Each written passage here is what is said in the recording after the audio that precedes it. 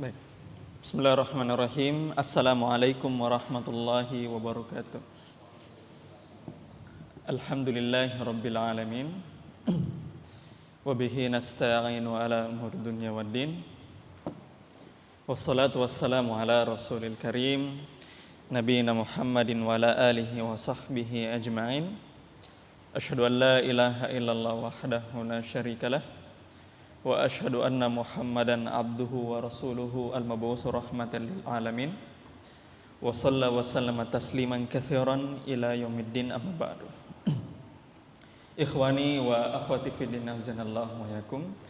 Alhamdulillah, tidak ada kata yang patut kita ucapkan pertama kali selain dari bersyukur kepada Allah Subhanahu wa taala karena seluruh ketaatan-ketaatan yang telah kita lakukan hingga pada malam hari ini semua berkat hidayah dan taufik darinya. Sebagaimana salawat dan salam senantiasa kita haturkan kepada Rasulullah sallallahu alaihi wasallam beserta keluarga dan para sahabatnya serta orang-orang yang senantiasa istiqomah berada di dalam naungan sunnah beliau hingga akhir zaman nanti. Ikhwani wa akhwati fiddin azanallahu wa yakum. Alhamdulillah, kita sudah masuk di pertemuan terakhir dari pembahasan kita Khulasah Ta'zimil Ilm. Ringkasan-ringkasan bagaimana seseorang bisa mengagungkan ilmu. Karya Syekh Saleh bin Abdullah Al-Utsaimin hafizahullah ta'ala. Dan sebelum kita masuk di poin yang terakhir, kita akan sedikit merojaah poin-poin dari pengagungan ilmu karya beliau. Poin yang pertama, al-maqidul awal, itu adalah menyucikan bejana ilmu. Menyucikan bejana ilmu, yaitu hati.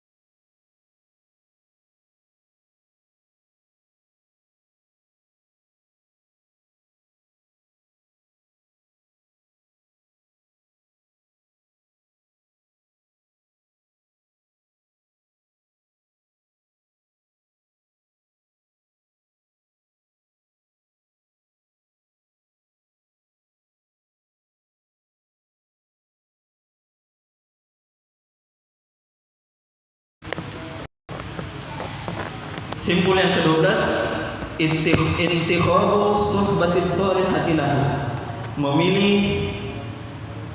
Memilih sahabat yang soleh ketika belajar. Kemudian simpul yang ke-13, badlul juhdi fi tahaffuzil ilmi wal muzakarati bi was-su'ali anhu. Mengerahkan semua upaya ataupun semangat di dalam menghafal ilmu, muzakarah dan bertanya mengenai ilmu. Kemudian simpul yang ke-14 adalah ikramu ahli ilmi wa tawqiruhum.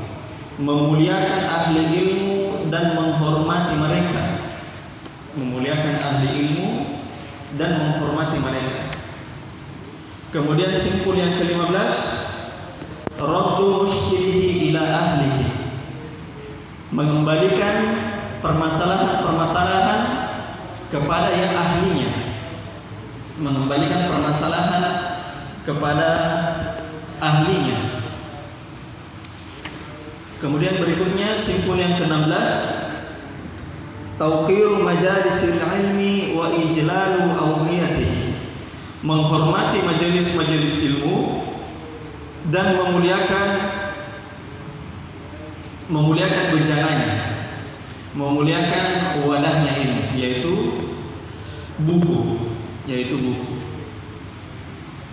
Kemudian simpul yang ke-17, az-zaddu 'anil ilmi wa zawdu an khiyadihi.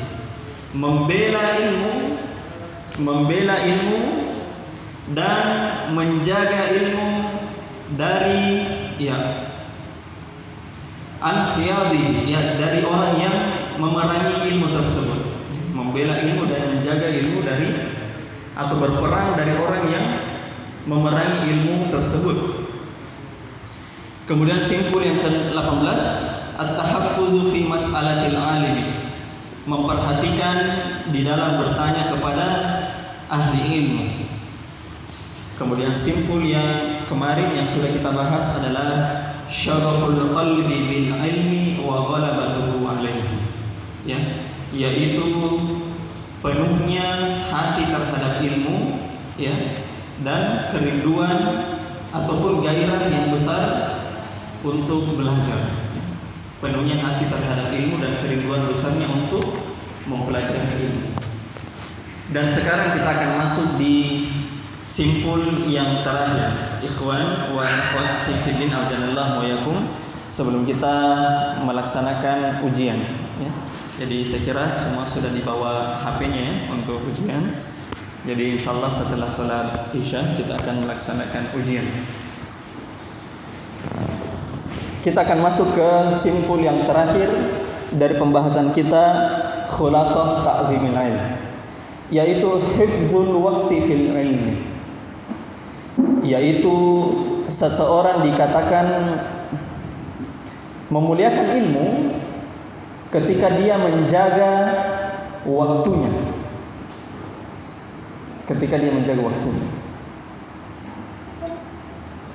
Seseorang dikatakan memuliakan ilmu dan ilmunya akan bermanfaat ketika dia menjaga waktunya. Jadi seluruh kesehariannya dia jaga waktunya. Kata penulis hafizahullah taala, qala Ibnul Jauzi fi Saidi Khatirihi. Berkata Ibnul Jauzi dalam Saidul Khatir. Di dalam Saidul Khatir. Dan antum harus bedakan yang mana Ibnu Qayyim Al-Jauziyah dan yang mana Ibnul Jauzi. Itu dua orang yang berbeda, dua ulama yang berbeda, Ibnu Qayyim Al-Jauziyah dan Ibnul Jauzi. Kata Ibnul Jauzi dalam Saidul Khatir, yambagi lil insani ay ya'rifa syarafa zamanihi wa qadra waqtihi. Hendaknya seorang manusia mengetahui mulianya zamannya. Hendaknya seorang manusia mengetahui mulianya zamannya. Wa qadra waktihi, dan kedudukan dari waktunya. Dan kedudukan dari waktunya. Karena ya waktu tidak akan pernah kembali. Ya, waktu tidak akan pernah kembali. Maka dia harus tahu bagaimana waktu tersebut mulia di sisinya. Fala yudayyi'u minhu lahzatan min ghairi qurbatin. Maka janganlah seseorang menyia-nyiakan sa'ah. Yang sudah belajar durusul lughah, sa'atun apa artinya? Sa'atun artinya jam. Tapi kalau di sini bukan kita artikan jam, tapi sesaat. Karena saat, sesaat di dalam bahasa Indonesia itu serapan dari bahasa Arab, yaitu sa'atu. Gitu. Maka janganlah seseorang menyia-nyiakan waktunya. Bukan saatnya, lahzatan. Ya. Sesaat pun, sekilas pun. Ya. Min ghairi qurbatin. Tanpa ada bentuk ketaatannya kepada Allah Azza wa Jalla. Maka seluruh aktivitas kita, ikhwani fiddin azanallahu wa yakum, ya, itu di atas ketaatan kepada Allah Azza wa Jalla. Allah Azza wa Jalla. Bahkan tidak harus belajar, ya, tidak harus belajar. Ya, belajar adalah bentuk ketaatan yang terbaik. Bahkan tidak harus sekalipun hanya pada saat waktu sholat saja, tidak. Ya, bentuk ketaatan di dalam Islam itu sangat banyak. Ya. Bahkan hal yang kita anggap sebagai hal dunia, ya, hal dunia itu bisa jadi ketaatan. Ya. Dengan syarat apa? Kapan hal dunia menjadi ketaatan? Ketika hal dunia yang sifatnya mubah bisa menjadi ketaatan kepada Allah. Ketika kapan? Diniatkan. Ketika diniatkan. Termasuk diantara kita yang sudah bekerja, maka dia niatkan pekerjaan tersebut untuk membiayai keluarganya. Dia niatkan tersebut untuk membeli apa-apa yang bermanfaat untuknya di kemudian hari. Contohnya misalnya dia mau pergi umroh, mau pergi berhaji. Maka umroh sama haji, ya tidak mungkin seseorang tanpa bekerja. Tidak mungkin. Ya, asalnya umroh sama haji seseorang memiliki biaya. Maka dia harus bekerja untuk hal tersebut. Ketika dia meniatkan bekerja untuk umroh, untuk haji, ya, dan untuk membiayai keluarganya, maka itu adalah terhitung ketaatan kepada Allah. Gitu. Ketaatan kepada Allah. Wa yuqaddima fihi al-afdala fal-afdala min al-qawli wal amali.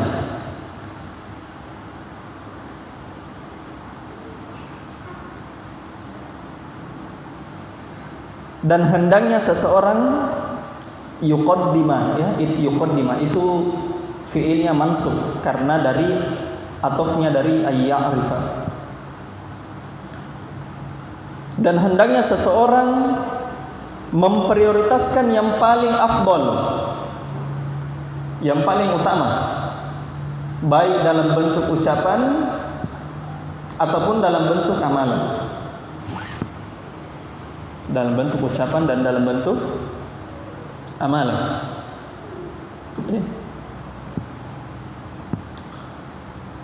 Maka besarnya waktu di dalam Al-Quran itu sudah disebutkan oleh Allah Azza wa Jalla di dalam Al-Quran. Bagaimana kemuliaan waktu, ya. Bagaimana kemuliaan waktu dan bagaimana isyarat seorang tidak boleh menyia-nyiakan waktunya. Itu ada dalam Al-Quran. Ada yang tahu surah apa? Surah Al-Asr. Betul. Al-Asr. Wal Asr, demi masa ataupun demi waktu asar. Innal insana lafi khusrin. Sesungguhnya manusia benar-benar di dalam kerugian. Kerugian. Khus itu adalah bentuk nakirah, maka seluruh bentuk kehidupannya ada dalam kerugian. Jadi asalnya manusia itu rugi. Seandainya, ya, para ulama mengatakan, seandainya ayat tersebut tidak dilanjut, ikhwan, seandainya ayat tersebut tidak dilanjut, maka semua manusia dipastikan rugi, masuk neraka. Tapi Allah itu rahmat.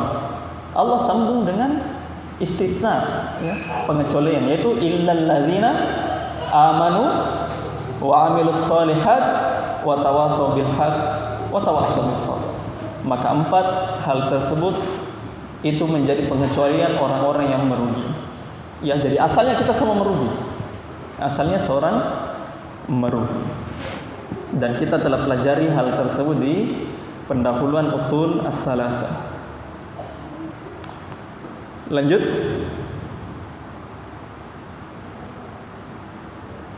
Wa min huna azumat riayatul ulama'i lil waqti. Dan dari sinilah, kata penulis, ya, perhatiannya ulama sangat besar untuk waktu. Perhatian ulama sangat besar untuk waktu. Hatta qala Muhammad bin Abdul Baqi al-Bazzar, sampai-sampai Muhammad bin Abdul Baqi al-Bazzar mengatakan, kata beliau, ma dhayya'tu sa'atan min umri fi lahwin aw la'ibin.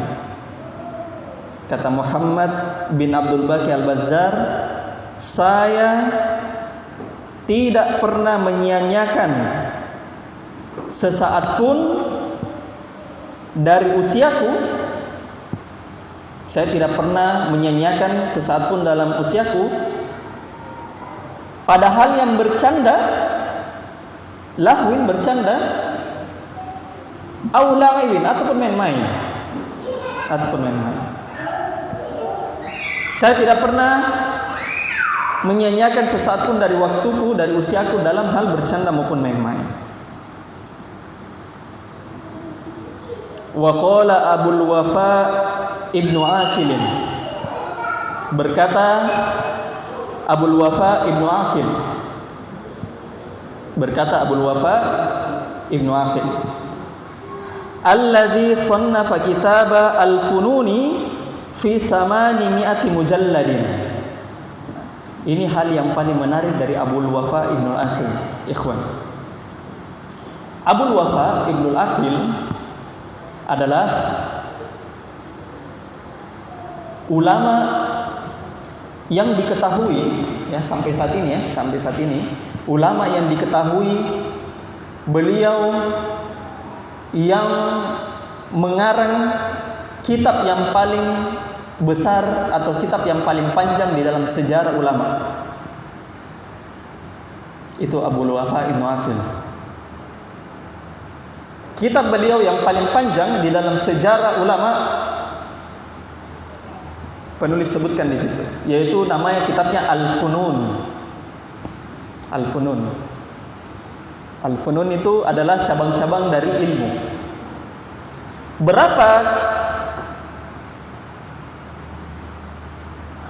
Berapa yang beliau tulis, ya, di dalam Al-Funun tersebut, ikhwan. Ya, beliau menulisnya di dalam totalnya adalah 800 mujalladin, 800 jilid. 800 jilid. Ya. Kitab yang paling panjang yang pernah saya lihat, ya, kitab yang paling panjang yang pernah saya lihat itu ada 2, ya, ada 2. Ya, terbitannya Musnad Imam Ahmad, ya, Musnad Imam Ahmad, dan yang kedua adalah Mausu'ah Al-Fiqhiyah Al-Kuwaitiyah. Itu kitab yang paling panjang yang pernah saya lihat pada waktu pameran kitab di Jakarta. Itu pernah saya lihat sepanjang mungkin 4 meteran itu kitabnya. Ya, 4 meteran. Mausu'ah Al-Fiqhiyah Al-Kuwaitiyah. 3-4 meter, ya, 3-4 meter. Abul Wafa Ibnu Aqil, ya, dicatat oleh para ulama memiliki kitab yang terpanjang yang pernah diketahui, yaitu Al-Funun. totalnya 800 jilid. Antum bisa bayangkan bagaimana cara itu menulis 800 jilid ya? 800 jilid. Dulu kan belum ada ya pulpen sekarang Snowman atau apa ya. Dulu kan pakai tinta. Dulu ya ketika orang mau menulis itu bukan dalam bentuk kertas yang seperti begini ya. Kertas dan seperti begini. Nah, pokoknya ya susah sekali dulu menulisnya. Tapi bagaimana mungkin ya seorang ulama menulis 800 jilid? Kalau kita jejer mungkin 800 jilid, ikhwan. Ya mungkin antara di sini sampai di sana, sampai di sana. Bagaimana itu logikanya? Tapi yang saya ketahui Al-Funun ini, ikhwan, itu masih dalam bentuk manuskrip, belum dicetak dalam bentuk jilid yang panjang, ya. Belum dicetak dalam bentuk jilid yang panjang, ya. Masih dalam bentuk manuskrip tebal.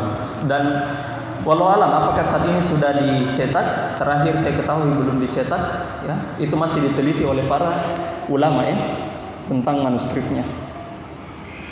Maka apa kata Abul Wafa Ibnu Aqil, ya, orang yang sudah menulis 800 jilid, ya, sendirian, tidak ada komputer dan seterusnya. Kata Abul Wafa Ibnu Aqil, inni la yahillu li an udhi'a sa'atan min umri. Sesungguhnya saya tidak menghalalkan. Kalau saya tidak menghalalkan berarti haram. Sesungguhnya saya tidak menghalalkan pada diri saya untuk menyia-nyiakan sesaat pun dari waktuku.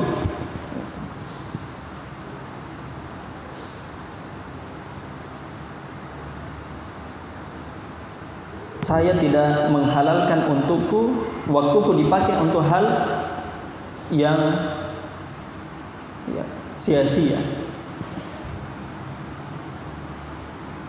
Kebanyakan orang zaman sekarang lebih cinta uangnya habis, lebih cinta waktunya habis ketimbang cinta waktunya habis.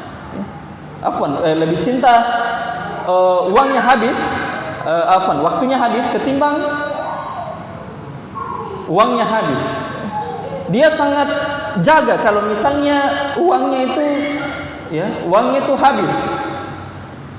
Tapi kenapa dia tidak jaga pada saat waktunya habis? Karena orang ketika habis uangnya, maka dia bisa bekerja lagi, dia bisa kumpul lagi uangnya. Tapi ketika orang habis waktunya, maka berapapun uang yang dia kumpul tidak akan pernah mengembalikan waktunya tersebut. Ya. Makanya ikhwan wa akhwat, ya, selama kita dihadapkan ada dua hal, ya, ada kondisi di mana antara kita harus mengorbankan waktu kita dengan mengorbankan uang kita, maka jika kita adalah seorang penuntut ilmu, mending saya korbankan uang saya daripada saya korbankan waktu saya.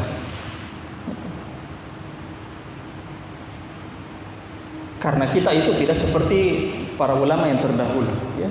Tidak, ya, sangat-sangat loyo di dalam menjaga waktu kita. Ya, sangat loyo. Oleh karenanya Ibnu Aqil berkata tentang hal tersebut. Kemudian wa balaghat bihimul halu ayyuqra'a alaihim halal akli. Dan telah sampai kabar, ya, dan telah sampai kabar dan kondisi di antara para ulama, ya, di antara para ulama, saking mereka menjaga waktunya di dalam usianya, maka kata penulis ayyuqra alaihim halal akli, mereka dibacakan untuknya kitab sementara mereka lagi makan, pada saat kondisi makan. Kita tahu ya ketika kondisi makan, bagaimana kalau kita makan, ya. Biasanya kita makan cerita dan seterusnya, istirahat, ya, istirahat. Nah, di antara mereka ada yang saking parahnya menjaga waktunya, sampai-sampai masalah makan pun mereka masih mau dibacakan kitab. Itu level, ya. Kalau kita katakan level wali yang bisa menjaga waktunya di hal tersebut. Bal kana yuqra'u alaihim wa hum fi daril khala'i. Bahkan di antara para ulama ada sebagian dari mereka dibacakan kitab pada saat mereka masuk WC. Masuk WC. Saking parahnya. Karena di WC kan kita tidak memiliki apa-apa, ya. Kita tidak bisa mendapatkan faidah di WC, ya. Orang merenung di WC. Orang merenung, ya. Itu pun kalau berzikir, ya berzikirnya itu kata An-Nawawi kalau di WC itu cuma di hati saja. Ya, di hati. Dengan Allah di hati, tidak bisa dilafalkan. Nah, sebagian di antara mereka saking tidak mau terbuang waktunya, bahkan untuk masuk WC pun mereka masih dibacakan kitab dari luar. Gitu. Itu tingkatan yang tinggi untuk penuntut ilmu. Wahfaz ayyuhat talib waqtaka. Maka kata penulis, maka jagalah waktumu wahai penuntut ilmu. Jagalah waktumu wahai penuntut ilmu. Falaqad ablagha al-wazirus salihu ibnu Hubairata fi nushika biqaulihi. Sesungguhnya al-wazir Salih bin Hubairah telah sampai kepadamu untuk menasihatimu dengan dia berkata. Untuk menasihatimu dengan dia berkata. Kata Al-Wazir As-Salih ibn Hubairah, al-waqtu anfasu ma unita bihifdhihi wa arahu ashala ma alayka yadhi. Kata penulis, al-waqtu anfasu ma unita bihifdhihi. Waktu itu adalah sesuatu yang paling berharga untuk dijaga. Waktu itu adalah sesuatu yang paling berharga untuk dijaga. Wa arahu ashala ma alayka yadhi'u. Namun saya melihat waktu adalah hal yang paling mudah kamu sia-siakan. Waktu adalah sesuatu yang paling berharga untuk dijaga, namun ia adalah sesuatu yang paling berharga. Namun aku lihat kamu merupakan, ya, aku lihat padamu bahwa waktu itu adalah sesuatu yang paling mudah untuk kamu sia-siakan. Maka ini perkataan Al-Wazir As-Salih bin Hubairah. Maka di sini selesai pembahasan beliau tentang al-maqid al-ashir, ya, menjaga waktu di dalam belajar, ya. Ya, dan saya ingatkan kepada teman-teman, ya, dan saya ingatkan kepada diri saya sendiri, ya, bahwasanya ya tadi, ya, kalau kita dapatkan hal yang bertentangan dengan waktu dan uang kita, ya, ada waktu, ada uang, kita memilih yang mana yang harus kita korbankan. Maka kalau kita sebagai penuntut ilmu, kita memilih mending yang saya korbankan waktu saya daripada uang saya dikorbankan, ya, waktu saya dikorbankan. Contoh misalnya masalah mengantri, ya, ya. Antum mengantri di dalam sebuah tempat misalnya, ya, itu mungkin harganya di sana lebih murah, ya, dibandingkan yang tidak mengerti, ya. Antum 10.000, 15.000, 20.000, ya, lebih mahal daripada yang tempat antum mengantri, ya.